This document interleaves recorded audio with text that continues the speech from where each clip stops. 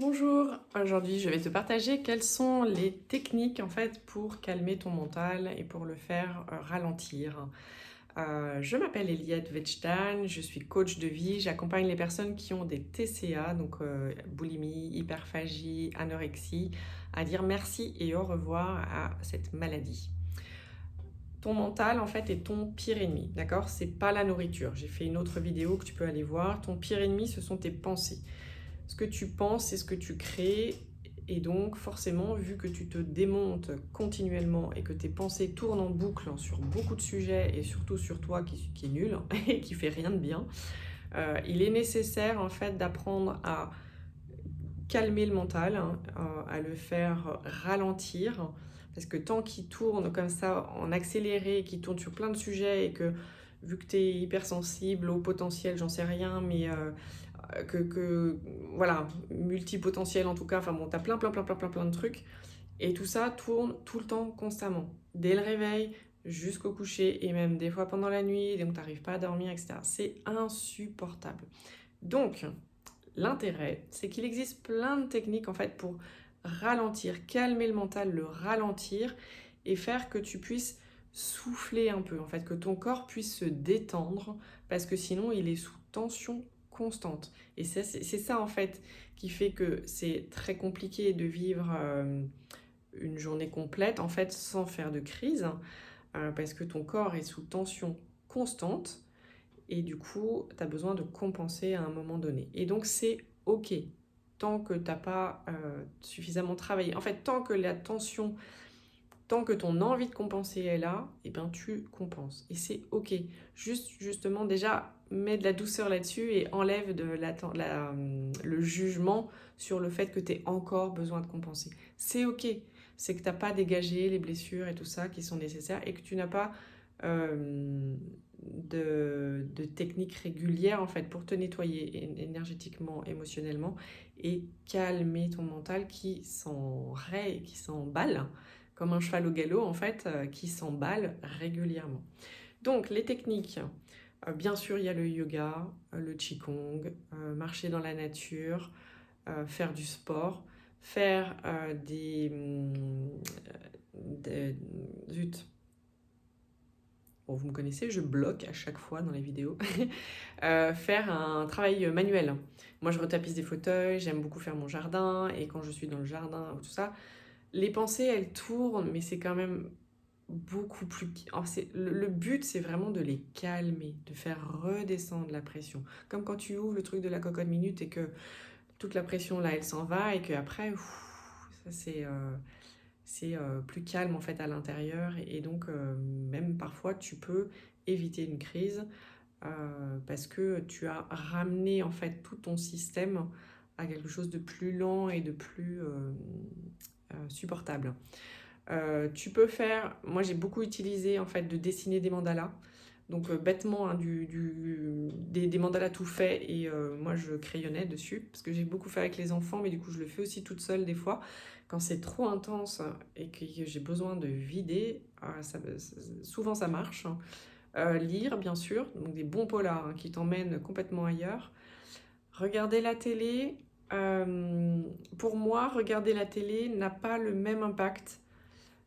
C'est-à-dire que ça te chante ton cerveau, mais ça ne le fait, je sais pas, ça le fait pas redescendre.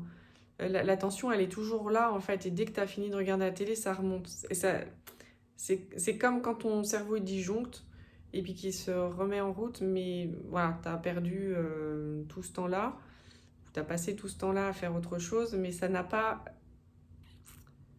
je sais pas, pour moi c'est pas la même chose la télé, même si je le fais quand même des fois, mais c'est pas pareil. Euh, Tu peux bien sûr... qu'est-ce qu'il y a d'autre? Tu as besoin en fait de faire quelque chose. Pour moi, quand tu fais de la méditation dans ces moments-là, ça marche pas. Et si vraiment tu y arrives, chapeau. Pour moi, la méditation, moi qui suis maître Reiki, faire du Reiki dans ces moments-là où mon cerveau il est en surchauffe, c'est même pas la peine. Hein. Je tiens pas du tout. Hein. Même au contraire, du coup, je me rejuge parce que j'arrive pas à lâcher, etc. Non, il faut vraiment aller faire autre chose. Du sport, du physique, de l'extérieur. quelque chose qui utilise... En fait, il y a besoin de mettre quelque chose dans la matière, de faire quelque chose de concret, de bouger, en fait, pour que le mental ne soit plus omniprésent, mais qu'il y ait le corps qui se mette en mouvement. Donc tu peux danser, tu peux chanter, bien sûr, tu peux hurler si tu veux hurler. Il faut que ton corps, en fait, soit en mouvement. Il faut qu'il y ait quelque chose qui soit posé dans la matière. C'est tout ce que je peux te dire. Ça peut être marcher pieds nus dehors, parce que alors là, piou, ça fait vraiment redescendre, ça fait ton ancrage en fait qui se positionne tout de suite vraiment dans ton corps et qui descend de la tête. Si tu as des migraines d'ailleurs, c'est très très efficace d'aller marcher pieds nus, même si c'est humide, même si c'est froid, ça te reconnecte en fait à la terre et ça redescend, ça calme et ça redescend parce que tu es concentré ailleurs que dans ton cerveau. Tout ce qui est travaux manuels, ouais, tout ce qui est expression corporelle, voilà. Et il y a une... parce que je l'ai fait l'autre jour, il y a aussi...